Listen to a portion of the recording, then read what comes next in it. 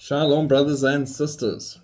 So I'm always telling you guys, remember the fact that you personally, wherever you live, are not experiencing persecution to the point of bloodshed and death does not mean the church is not under onslaught to that point. There are so many in the body of Christ that are suffering at this very moment, being killed for their faith, losing everything because they believe in Jesus Christ. And we need to remember to pray for them, for strength, and for everything that they need in these times of difficulty.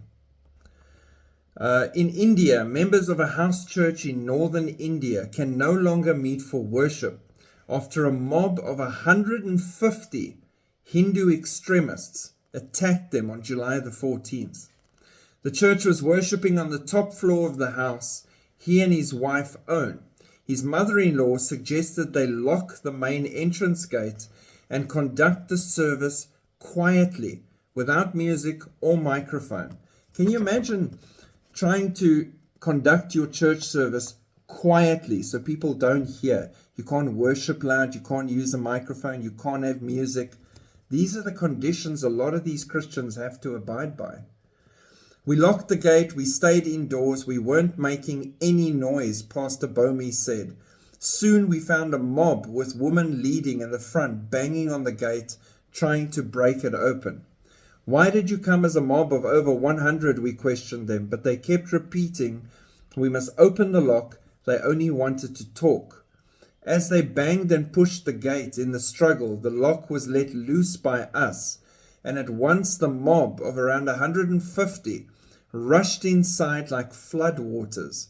They went all around the house, vandalizing every object in sight, and some of them were carrying lathis. They beat wherever on the body badly. His wife, father-in-law, brother-in-law, and 2 other female members of the congregation were severely beaten. The beating continued until police arrived and dispersed the mob.